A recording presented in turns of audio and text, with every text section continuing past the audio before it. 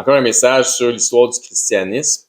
Des fois, c'est beaucoup d'historique, peu de prédication. Des fois, c'est peu d'historique, beaucoup de prédication, mais on a un petit peu des deux, là.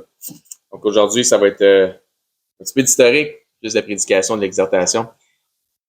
Et notre 30e message sur le christianisme, le titre de notre message d'aujourd'hui est « Un reflet de Christ ». Et on trouve notre passage d'ouverture de ce matin dans 1 Corinthiens, au chapitre 13, qui est un passage qui parle beaucoup de quoi? Tu sais que c'est pas la réponse que je voulais. Bon, on sent que t'es drôle. Tu as meilleure raison. Effectivement, ça parle de la charité. 1 Corinthiens 13, 8. Ça commence à dire ça justement, la charité ne périt jamais. Les prophéties prendront fin, les langues cesseront, la connaissance disparaîtra. C'est quoi le titre du message de ce matin? Un reflet de Christ. Car nous connaissons en partie et nous prophétisons en partie, mais quand ce qui est parfait sera venu, ce qui est partiel disparaîtra. Lorsque j'étais enfant, je parlais comme un enfant, je pensais comme un enfant, je raisonnais comme un enfant. Lorsque je suis devenu homme, j'ai fait disparaître ce qui était de l'enfant. Maturité. Aujourd'hui, nous voyons au moyen d'un miroir, comme le titre de notre message, un reflet de Christ, d'une manière obscure, mais alors nous verrons face à face. Aujourd'hui, je connais en partie, parce qu'on connaît en partie, comme ça disait tantôt, la connaissance disparaîtra, mais alors je connaîtrai comme j'ai été connu. Maintenant donc, ces trois choses demeurent, la foi, l'espérance, puis la foi alimente notre espérance, puis on continue à avoir l'espérance parce qu'on a la foi. Et la charité, c'est la plus grande de ces choses parce que la charité, elle ne périt jamais, parce que la charité, c'est un reflet de Christ. Elle est parfaite, elle est sans malice, elle est immortelle, la charité. Donc déjà le 30e de la série, comme message, avec les messages de la semaine passée, nous sommes supposés avoir compris que le fameux concile de Nicée, si vous vous souvenez, si vous étiez là, est une initiative personnelle du premier empereur romain qui se dévoile comme étant chrétien, qui se déclare chrétien. Il s'agit de nul autre que Constantin Ier. On parle ici d'un événement, quand on parle du concile de Nicée, on parle d'un événement majeur qui inclut près de 300 évêques, donc 300 anciens, pendant une période de 2 mois de rencontres quotidiennes, de débats, justement, sur les doctrines, sur peu importe. Donc, l'objectif premier est de se mettre d'accord sur les réalités doctrinales en vertu des documents qui sont reconnus comme étant inspirés de Dieu. Encore une fois, il faut le rappeler, puis les documents, ils s'en étaient perdus, puis ils s'en étaient fait saisir, puis etc., à travers le temps des persécutions, mais ils n'avaient pas tout perdu. Ils en avaient gardé, puis on va expliquer pour comment ça, qu'il s'en est gardé comme ça. Donc, encore une fois, il faut-il le rappeler, l'histoire est mitigée concernant le concile de Nicée, très mitigée, ça dépend qui la raconte. Il s'agit d'une rencontre qui est certainement œcuménique, mais non pas au sens de laissons tomber nos différences de côté. Les dernières rencontres supposément œcuméniques, c'était ça, on va oublier nos différences puis se concentrer sur ce qui nous unit.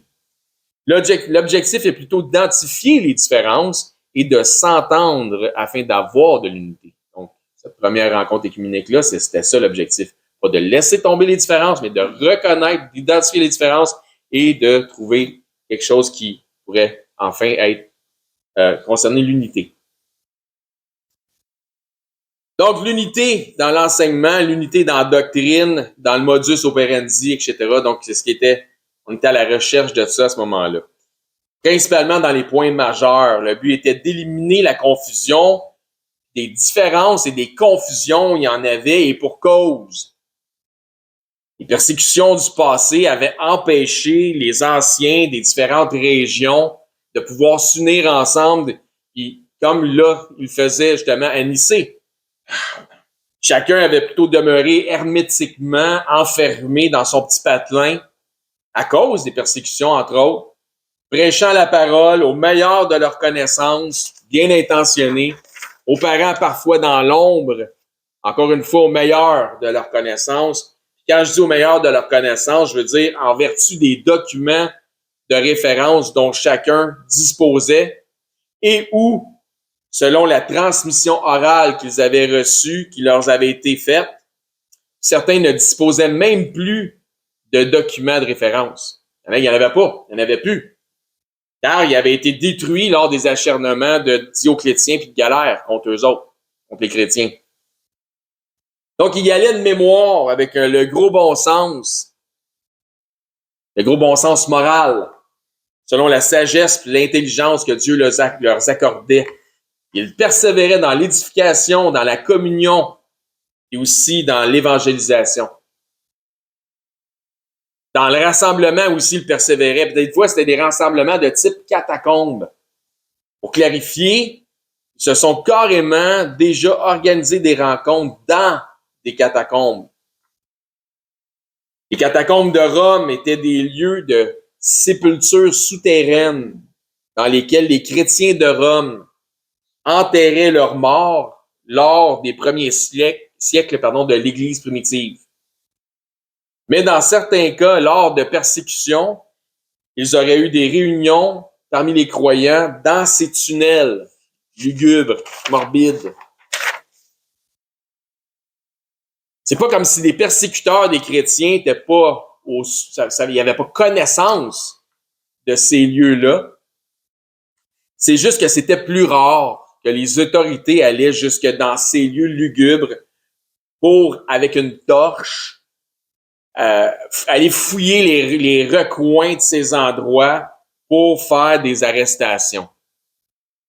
C'est aussi une des raisons pour laquelle, dans notre série d'études, nous vous disions que sur le règne de Galien, avec son édit de tolérance pacifique, la petite paix de l'Église de 40 ans, et sous Constantin avec l'édit de Milan, que les cimetières des chrétiens leur avaient été rendus. Parce que les chrétiens, lorsqu'ils étaient persécutés, se réunissaient dans leur cimetière. Fait que si tu les enlevais du cimetière, tu les enlevais une possibilité de se réunir dans ces endroits-là. Comme je le disais, la police romaine connaissait parfaitement les lieux, comme l'atteste historiquement leur descente dans les catacombes de Saint-Calixte pour arrêter l'évêque de Rome, Étienne, en l'an 257, ou le diacre Laurent de Rome, le 6 août 258. Puis si vous vous souvenez, on a parlé justement de ce fameux Saint-Laurent qui est mort en martyr à Rome. Je ne sais pas s'il y en a qui se souviennent comment Saint-Laurent il est mort. Il est mort cuit sur un grill. Ils ont fait un barbecue avec. Atroce. Pour la cause de Christ. Imaginez-vous un peu si on transposait leur situation de leur époque à notre époque. Pas de Bible, pas de document de référence, pas de lieu de rassemblement aussi confortable que les bancs moelleux qu'on a en ce moment. Pas de chauffage, pas de climatisation. Imaginez être dans l'obligation de se fier à la mémoire pour au gros bon sens moral des enseignants pour avoir des enseignements, des exhortations et l'édification doctrinale. Jésus informe ses disciples dans Matthieu 24 en leur disant, dans Matthieu 24, 35, pas besoin de tourner là, je fais la lecture, vous pouvez prendre la référence si vous le souhaitez. Le ciel et la terre passeront, mais mes paroles ne passeront point. Dieu est celui qui garde sa parole. Il est le gardien de sa parole. Donc, après des milliers d'années, depuis les écrits de Moïse, les ajouts nouveaux testamentaires d'il y a plus ou moins 2000 ans, malgré l'acharnement, les persécutions, les documents qui ont été saisis, qui ont été détruits, tout ça, malgré tout, nous avons encore aujourd'hui un document complet sur lequel on peut baser notre foi. Aujourd'hui, ce document représente l'ensemble de tout ce qu'on a besoin en vertu des instructions divines afin que Dieu puisse, par sa parole, transformer nos vies. Une prédication à la fois, un enseignement à la fois, un moment de lecture à la fois, une méditation à la fois. Dieu peut transformer notre vie grâce à ce livre-là. Une prédication à la fois, un enseignement à la fois, un moment de lecture à la fois et une méditation à la fois.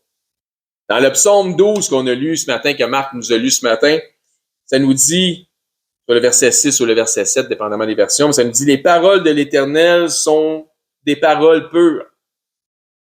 Un argent éprouvé sur terre au creuset est 7 fois épuré, voulant dire pur, donc parfaitement épuré. Toi, Éternel, tu les garderas. » Donc, il est le gardien de sa parole. Tu les préserveras. Il est celui qui préserve sa parole de cette race à jamais. D'une manière ou d'une autre, Dieu est le gardien de sa parole. Maintenant, puisque Dieu nous a conservé sa parole, il nous dit aussi ceci par l'entremise de son apôtre Paul dans 2 Timothée 3,16. Vous connaissez bien le passage, toute écriture est inspirée de Dieu et utile pour enseigner, pour convaincre, pour corriger, pour instruire dans la justice, dans ce qui est juste. Nous avons tous accès à la même source de sagesse divine. Ancien Testament, Nouveau Testament. Parlant de ça, vous pouvez tourner dans 2 Corinthiens 3, dans le Nouveau Testament. Lorsque les contextes des textes, selon les intentions des auteurs, sont respectés. Lorsque les contextes des textes, selon les intentions des auteurs, sont respectés. Autrement dit, lorsque les hommes ou les femmes laissent vraiment Dieu dire ce qu'il dit, comme il le dit dans sa parole, ce livre agit sur les hommes comme un miroir. D'où le titre de notre message de ce matin, un reflet de Christ. C'est une des raisons pour laquelle il nous a dit qu'elle est parfaitement pure, comme un argent 7 fois éprouvé au creuset. La réalité est lorsque l'argent est aussi pur, en refroidissant, tu peux voir ton reflet dedans.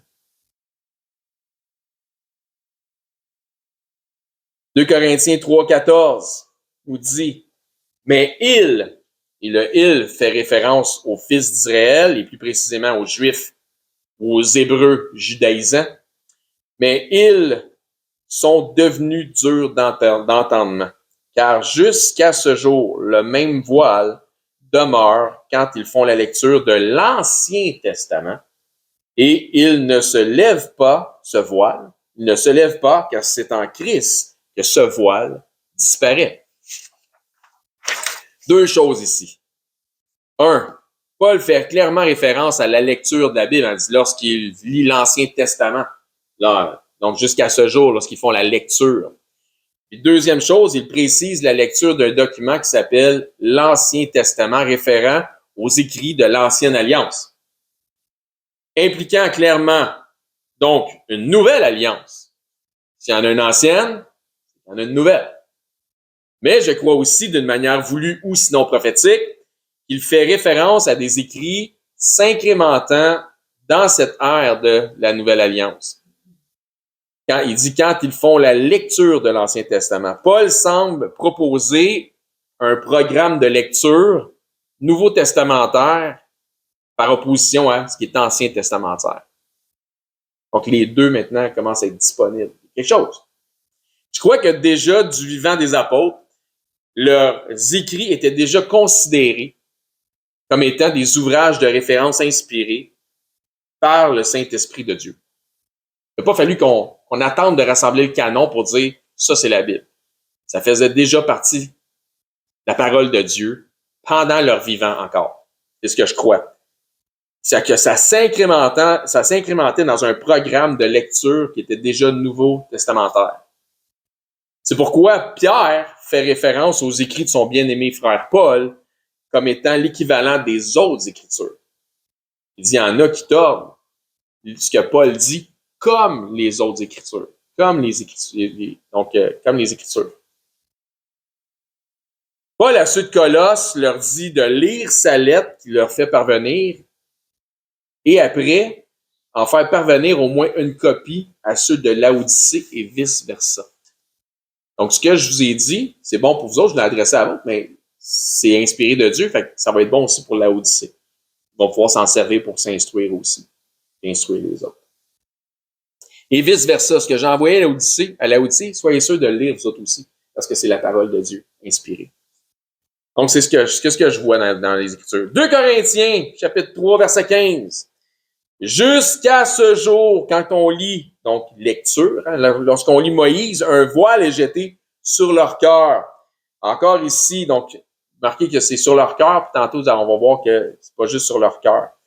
Encore ici, une autre référence à la lecture, soit visuelle, mais plutôt particulièrement aussi audible, via les enseignements. C'est un peu comme Marc vous a fait la lecture tantôt du psaume 12. Donc, heureux celui qui lit et ceux qui écoutent, comme ça nous dit dans l'Apocalypse. Donc, jusqu'à présent, puisque Paul utilise 2 fois l'expression « jusqu'à ce jour », là, il l'a dit au verset 14, il le répète au verset 15, il dit « jusqu'à ce jour, le même voile demeure », jusqu'à ce jour, lorsqu'on fait la lecture de Moïse, jusqu'à ce jour, ils peuvent lire et entendre, mais ne peuvent pas discerner ni par l'observation, ni par l'ouïe. Il y a comme pour Pharaon en Égypte, un endurcissement du cœur. Un voile est jeté sur leur cœur. Ils sont pas loin, mais ils ont déjà la connaissance. Il leur manque un petit quelque chose qui fait toute la différence. Il leur manque la foi. Ils demeurent par choix dans le péché de l'incrédulité. Parce que, on va le voir, il faut savoir que Jésus-Christ est leur Messie. Ils n'ont pas besoin de l'ensemble de ce qu'on appelle au complet l'Ancien Testament, mais seulement de se référer au Pentateuque, comme ça dit que lorsqu'on fait la lecture de Moïse. Il dit, oui, on fait l'Ancien Testament, mais Paul précise, si tu fais juste lire Moïse, donc le Pentateuque, les 5 premiers livres de la Bible, tu devrais trouver des références qui te dirigent à comprendre que Jésus-Christ était le Messie attendu. Juste à travers Moïse. Moïse, il dit, à un moment donné, il parle de Jésus, il dit, Dieu va vous donner un prophète parmi vos frères, comme moi. Écoutez-le dans tout ce qu'il vous dira. Donc, Moïse parle de Jésus. Donc, il pourrait se référer aux écrits de Moïse, puis voir Christ, la révélation de Christ dans les écrits de Moïse, mais il y a un voile sur leur cœur. Puis c'est un voile d'incrédulité. L'information est disponible, l'information elle est là, ils ont accès, ils peuvent la lire, mais un choix doit être fait, une décision doit être prise. 2 Corinthiens 3, verset 16. Mais lorsque les cœurs se convertissent au Seigneur, lorsque le choix est fait, lorsqu'ils passent de l'endurcissement à la conversion du cœur, le voile est ôté. Quand ils choisissent de passer de l'incrédulité à la foi, ils se rendent compte que tout pointe vers Jésus-Christ comme étant le Messie. C'est comme, ah oui, là aussi, ah ben oui. Puis là, c'est comme, ça devient clair, là. Tu le vois partout tout d'un coup. C'est comme, je me suis acheté un véhicule dernièrement, tu sais. Puis, qu'est-ce qui s'est passé? C'est que là, je le voyais jamais, ce véhicule-là. Depuis que je l'ai, je vois que tout le monde en a. Tout le monde en a un, j'en vois partout. Mais avant ça, je portais pas attention. Donc, ils se rendent compte que c'est bien plus majeur qu'ils l'imaginaient. C'est partout, finalement. Là, avec un cœur ouvert, ça veut dire un cœur converti, ils voient toutes les subtilités qui pointent vers Christ. En 2 Corinthiens 3, 17. Ça dit là, « Or, le Seigneur, c'est l'Esprit. » C'est un point qui peut être assez clair dans la Trinité. Le Père, le Fils, le Saint-Esprit sont Dieu.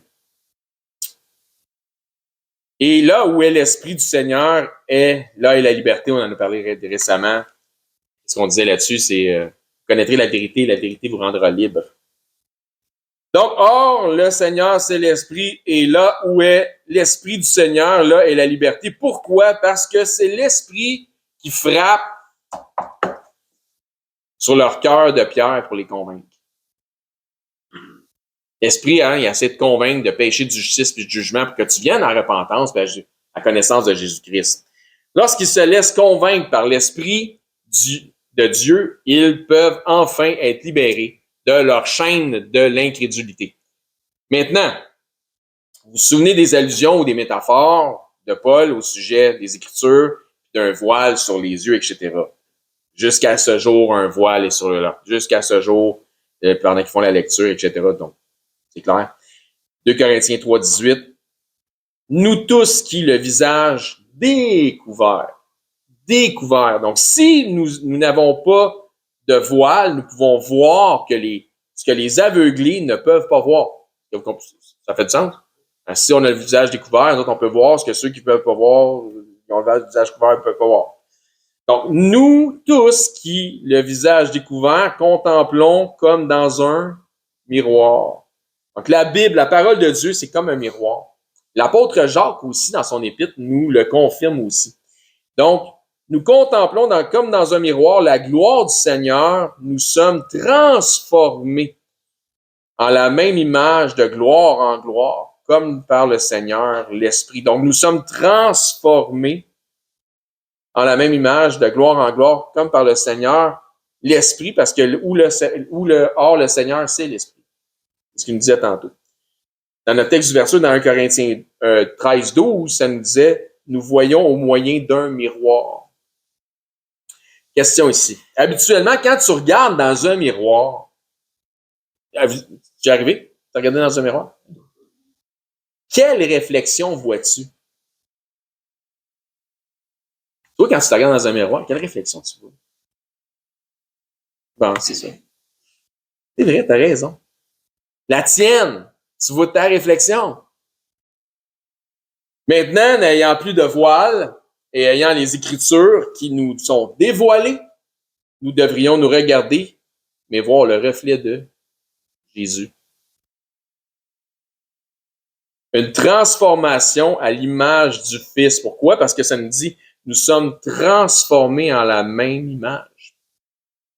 Une transformation à l'image du Fils par l'Esprit de Dieu au moyen des enseignements de la parole de Dieu.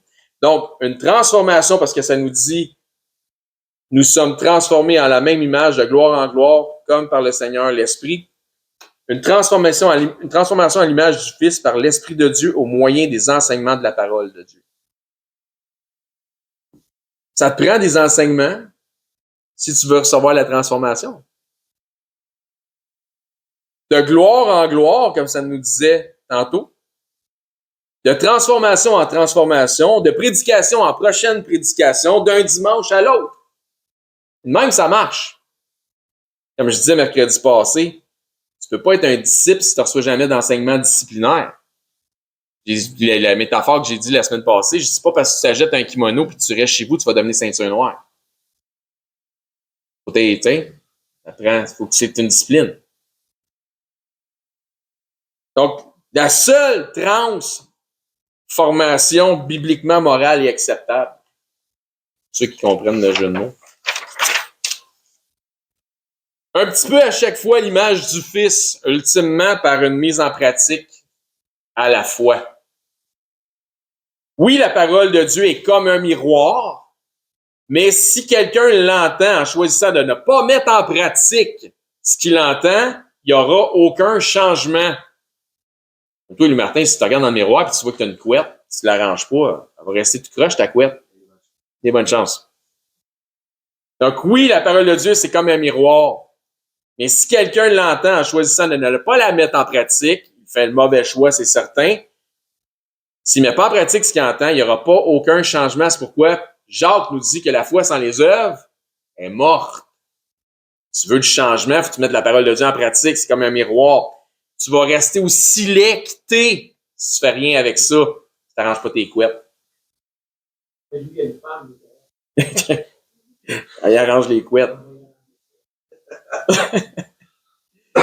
Donc, l'amélioration spirituelle du croyant vient de la mise en pratique des Écritures qui nous transforme de plus en plus en un reflet de Jésus. C'est cette mise en pratique qui nous transforme et témoigne éventuellement de Jésus-Christ en nous. Donc, je répète ça. L'amélioration vient de la mise en pratique des Écritures que tu entends, que tu lis, que tu médites. Il nous transforme de plus en plus en un reflet de Jésus. C'est cette mise en pratique qui nous transforme et qui témoigne éventuellement de Jésus-Christ en nous.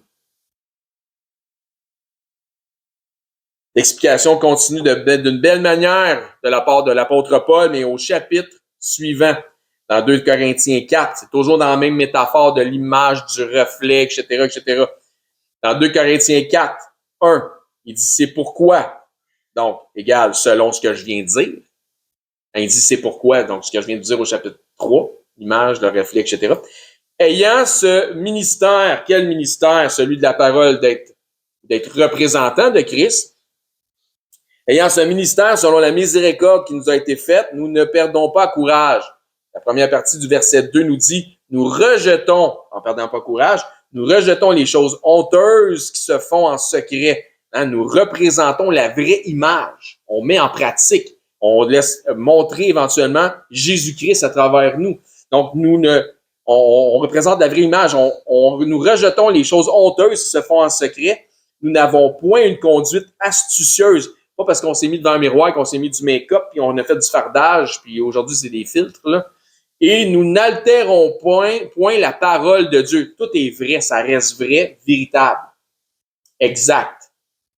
Puis je pense qu'on pourrait probablement faire un message, peut-être une série de messages complets avec le seul point d'altérer la parole de Dieu. Parce que combien de ministères, un peu comme frère Dominique nous partageait tantôt, combien de ministères ont une approche qui altère la parole de Dieu? Ils prêchent le salut, mais le reste, ça dit que la parole ou la doctrine est mise en second plan, ce qu'on disait tantôt. C'est l'émotion, c'est le ressenti, c'est le party qui prime. Deuxième partie du verset 2. Mais en publiant la vérité, encore une fois, c'est du véritable, c'est ce que ça disait tantôt. Donc, pas l'émotion, pas le ressenti, pas le party, la vérité. En publiant la vérité, nous nous recommandons en toute conscience d'homme devant Dieu. Si tu sais que c'est vrai, tu dis Amen quand c'est vrai. Donc, la vérité peut être contre-intuitive, elle peut être offensante, mais ça ne dénature pas la vérité.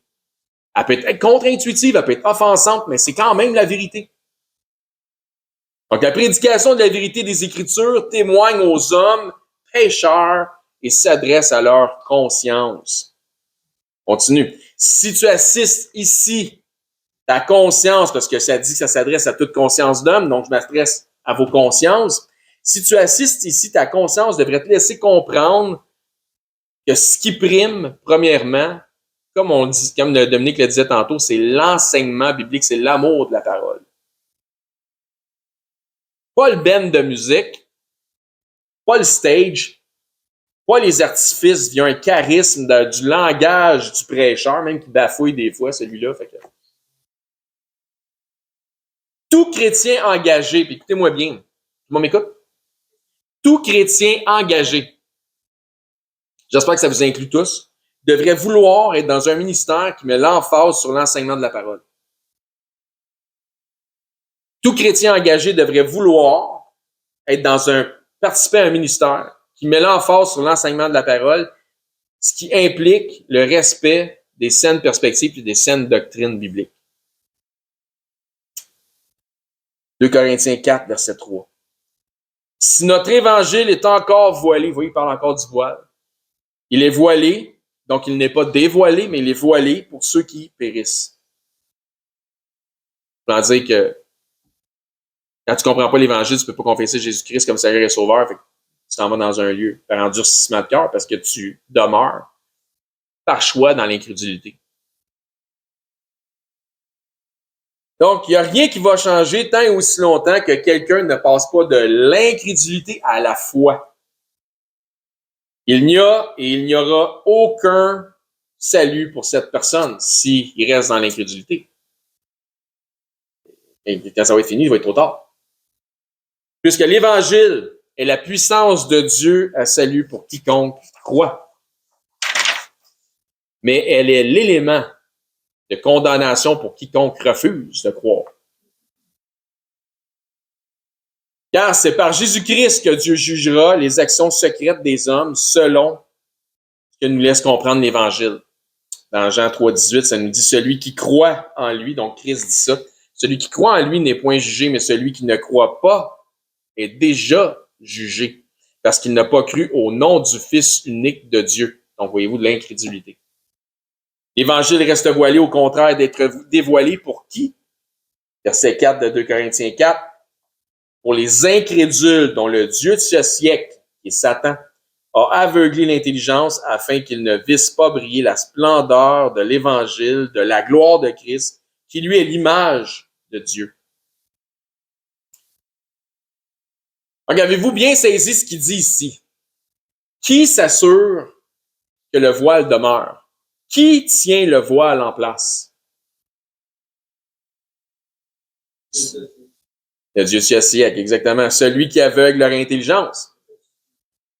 Exact. Le voile n'est pas nécessairement que sur leurs yeux ou que sur leur cœur. Il est sur leur intelligence. Donc, l'intellect, l'intelligence, l'intellect fait référence au rationnel par opposition au party qui cherche à attiser le ressenti émotif. Dieu s'adresse à notre intelligence, pas juste à nos émotions. Mais le diable s'assure que tu demeures le plus stupide possible, le plus longtemps possible. C'est comme pour dans le jardin d'Éden. Faites votre choix. Qui choisissez-vous de suivre? Qui choisissez-vous d'écouter? La parole de Dieu ou les mensonges et les fausses promesses du diable ou du Dieu de ce siècle? Ève avait regardé au fruit et a cru au mensonge qui prétendait que le fruit était précieux pour ouvrir l'intelligence. N'est-ce pas? Vous vous souvenez de ça? Quand en fait, la consommation du fruit allait aveugler son intelligence. Donc, le diable, le Dieu de ce siècle, veut que tu demeures stupide le plus longtemps possible. Dans cet aveuglement, la première réalisation a été leur apparence physique, leur image charnelle. Donc, le reflet charnel versus le spirituel. Ils ont eu honte. Ils ont cherché à couvrir leur nudité, donc leur apparence qui démontrait l'évidence du péché en eux. Vous vous souvenez de ça? C'est ce qu'ils ont fait. Dans 2 Corinthiens 4, versets 3 et 4, on va les relire ensemble. Si notre évangile, elle est encore voilée, elle est voilée pour ceux qui périssent, pour les incrédules dont le Dieu de ce siècle a aveuglé l'intelligence afin qu'ils ne vissent pas briller la splendeur de l'Évangile, de la gloire de Christ qui est l'image de Dieu. Il a aveuglé l'intelligence, mais avec Ève, elle a pensé que ça allait la rendre intelligente. Voyez-vous comment c'est un menteur? Puisque si nous suivons l'idée de Paul, selon son intelligence à lui, la loi qui condamne est venue par Dieu par l'entremise de Moïse. Mais la grâce est venue aussi par Dieu, mais par l'entremise de Jésus-Christ.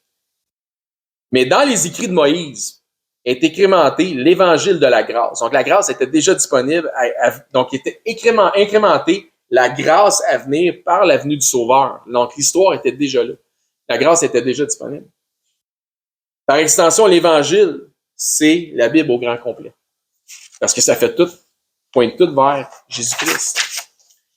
Puisque Christ n'est pas venu pour abolir la loi, donc Moïse et les prophètes, mais pour accomplir par une nouvelle alliance ce que les prophètes de Dieu, incluant les écrits de Moïse, qui partent dès le commencement, dès la Genèse. Puis quand je dis que ça part dès le commencement, voici ce que Paul dit par la suite dans 2 Corinthiens 4, 6. Car Dieu qui a dit « La lumière brillera au sein des ténèbres », c'est assez au commencement à votre goût. Genèse, premier chapitre, dans les premiers versets. Au commencement, Dieu créa les cieux et la terre était informe et vide. Et il y avait des ténèbres à la surface de l'abîme et l'Esprit de Dieu se mouvait sur les eaux. Et Dieu dit que la lumière soit et la lumière fut. Et Dieu vit que la lumière était bonne. Il sépara la lumière avec les ténèbres. Au commencement, l'Évangile est là. Car Dieu qui a dit que la lumière brillera au sein des ténèbres a fait briller la lumière dans nos cœurs pour faire resplendir la connaissance, donc par notre intelligence, de la gloire de Dieu sur la face, donc le visage de Christ. Encore une fois, on est dans l'image du reflet, du miroir, du voile, de l'éclat, etc. Encore une fois, ceux qui ont véritablement le cœur converti devraient être en mesure de comprendre, de voir que la parole de Dieu est comme un miroir qui brille de toute la splendeur de la gloire de Dieu.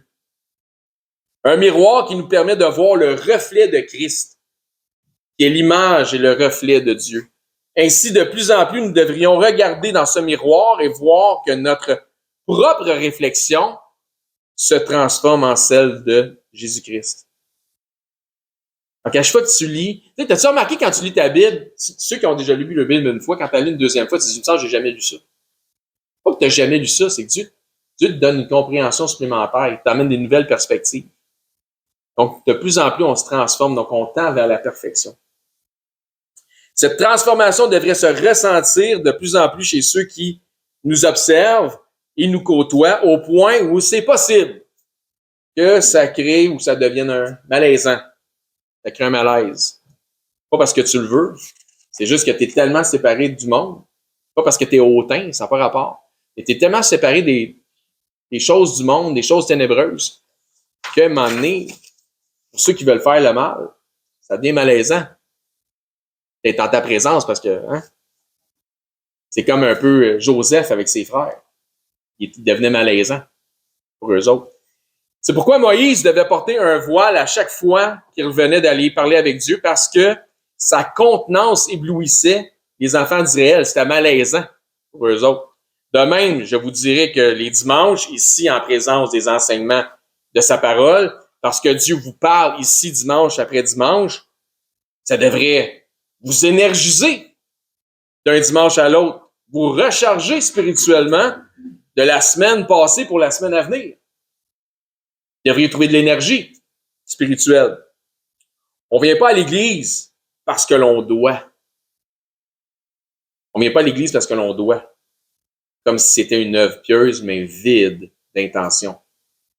Mais on vient ici parce qu'on reconnaît que c'est un besoin essentiel à notre vie spirituelle.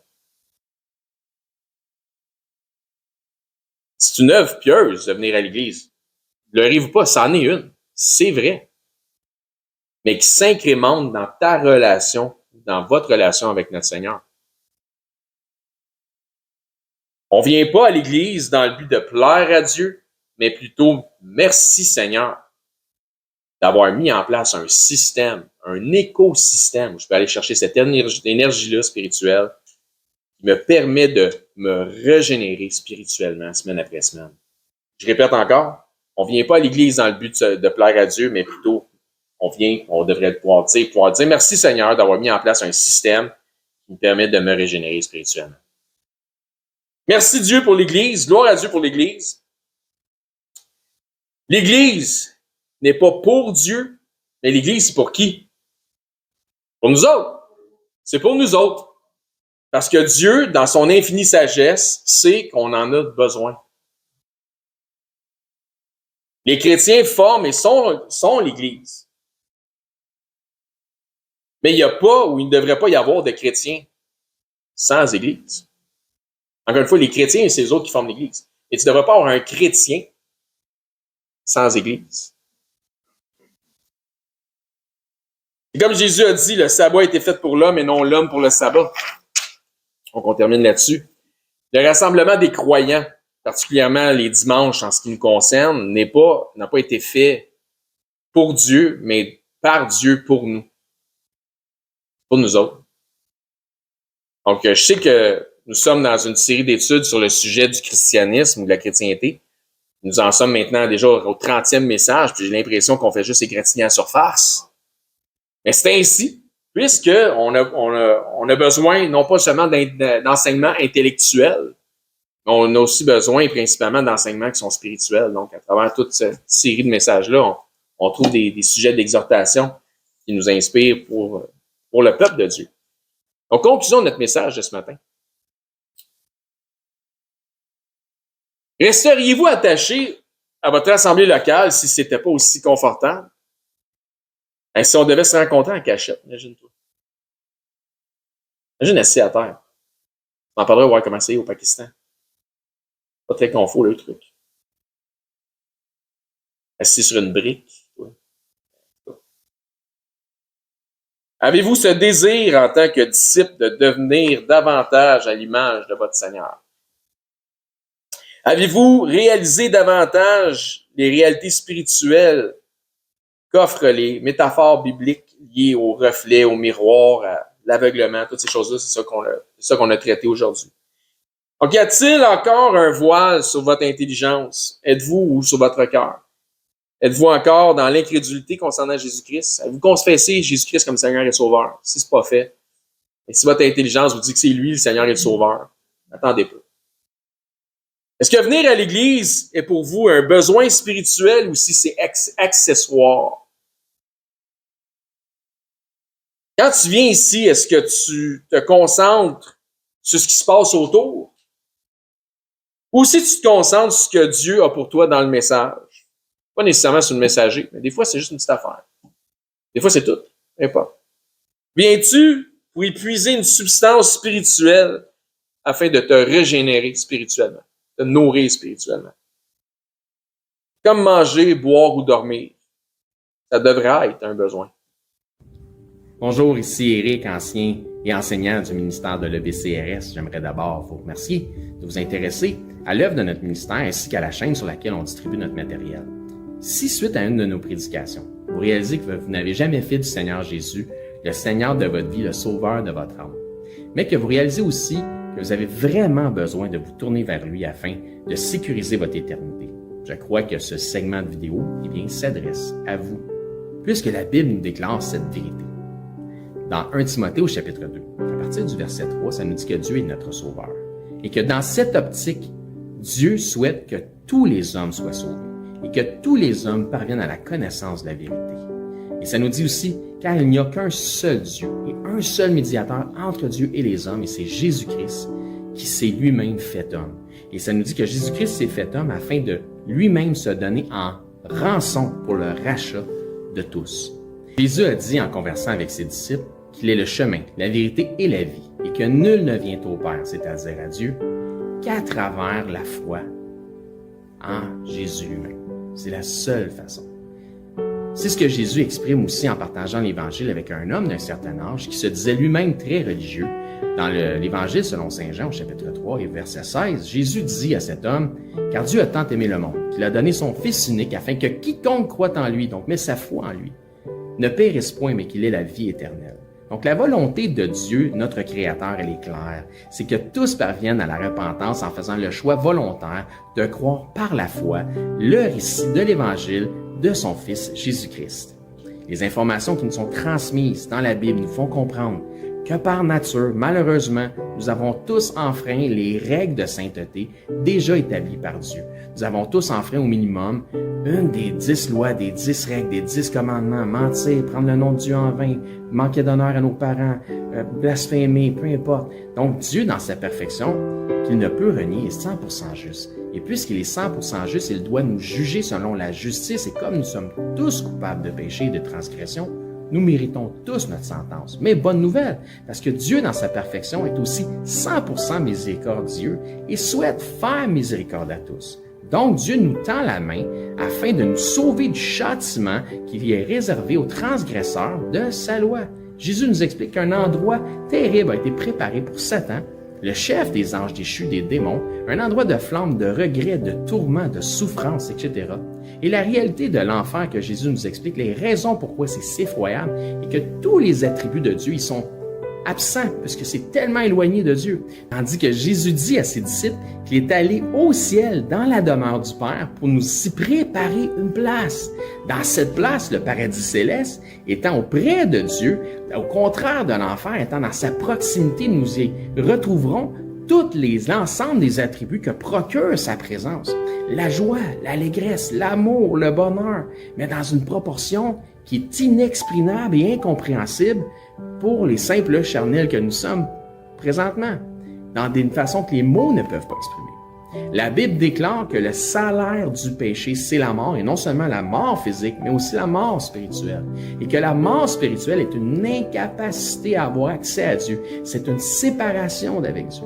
La Bible déclare dans Romains, chapitre 6, 23, que le salaire du péché, c'est la mort, mais que le don gratuit de Dieu, c'est la vie éternelle en Jésus-Christ, notre Seigneur. La vie éternelle est donc un cadeau que Dieu vous fait. qui est accessible pour tous dans la mesure où chacun accepte de recevoir ce cadeau. Donc, tel un cadeau qui nous est offert, la réalité représente que nous n'avons pas d'effort ou d'œuvre à faire utile pour recevoir ce cadeau. Sinon, ça ne serait pas un cadeau, mais ce serait un dû. Ainsi donc, il n'y a aucune œuvre que nous pourrions faire pour nous racheter nous-mêmes de nos fautes, de nos transgressions ou de nos péchés que nous avons commis contre Dieu. L'œuvre utile pour notre rachat a été accomplie par Dieu en la personne de son Fils Jésus-Christ lorsqu'il a pris notre place sur la croix. Ce qui a été entièrement confirmé aussi pour notre justification à la résurrection des morts après 3 jours et 3 nuits au tombeau. Ainsi donc, la Bible dit que pour être sauvé de la mort et de l'enfer, c'est-à-dire afin d'avoir la vie éternelle et notre place au ciel, il faut simplement mettre notre foi en Jésus-Christ, le Seigneur. La Bible dit « Crois au Seigneur Jésus et tu seras sauvé ». Mais croire au Seigneur Jésus, c'est important qu'on en parle. Croire au Seigneur Jésus a une signification. C'est simple, mais, comme je dis, important. Cela signifie de croire par la foi dans le récit de l'Évangile de son Fils. Puisque la Bible dit que l'Évangile est la puissance de Dieu pour le salut de quiconque croit.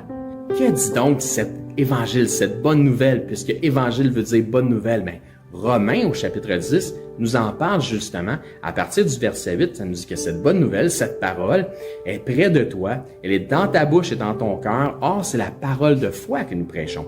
Si tu confesses de ta bouche que Jésus est le Seigneur et que si tu crois dans ton cœur que Dieu l'a ressuscité des morts, tu seras sauvé. Ça nous explique ensuite, car c'est en croyant du cœur qu'on parvient à la justice et c'est en confessant de la bouche qu'on parvient au salut, selon ce que dit les Écritures. Quiconque croit en lui ne sera point confus. Il n'y a aucune différence pour quelque nation que ce soit juif ou grec, puisque tous ont un même Seigneur qui est riche pour tous ceux qui l'invoquent. Car quiconque invoquera le nom du Seigneur sera sauvé.